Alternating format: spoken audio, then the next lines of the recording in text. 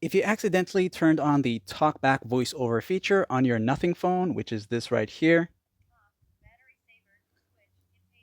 then follow these steps here to help you deactivate this feature. So the first thing you want to know is in order to scroll or browse, you'll need to use two fingers to start navigating your phone, okay? So wherever you are right now, you want to go ahead and start with the quick panel access. Use two fingers, pull it down twice.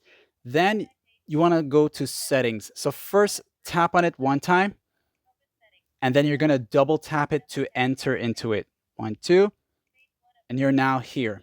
Next up, we want to go down to where it says accessibility. Using two fingers together at the same time, you will go down until you see accessibility. So of course, single tap, meaning that you're about to go here, and double tap to enter. 1, 2. Now we're here. While we're here, you'll see where it says TalkBack right there. And that's exactly where we're going. So single tap, then double tap. We're here now. So we'll go to where it says use TalkBack and disable that by tapping on it one time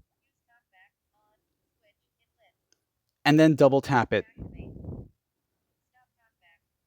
Then we'll select stop and then double tap.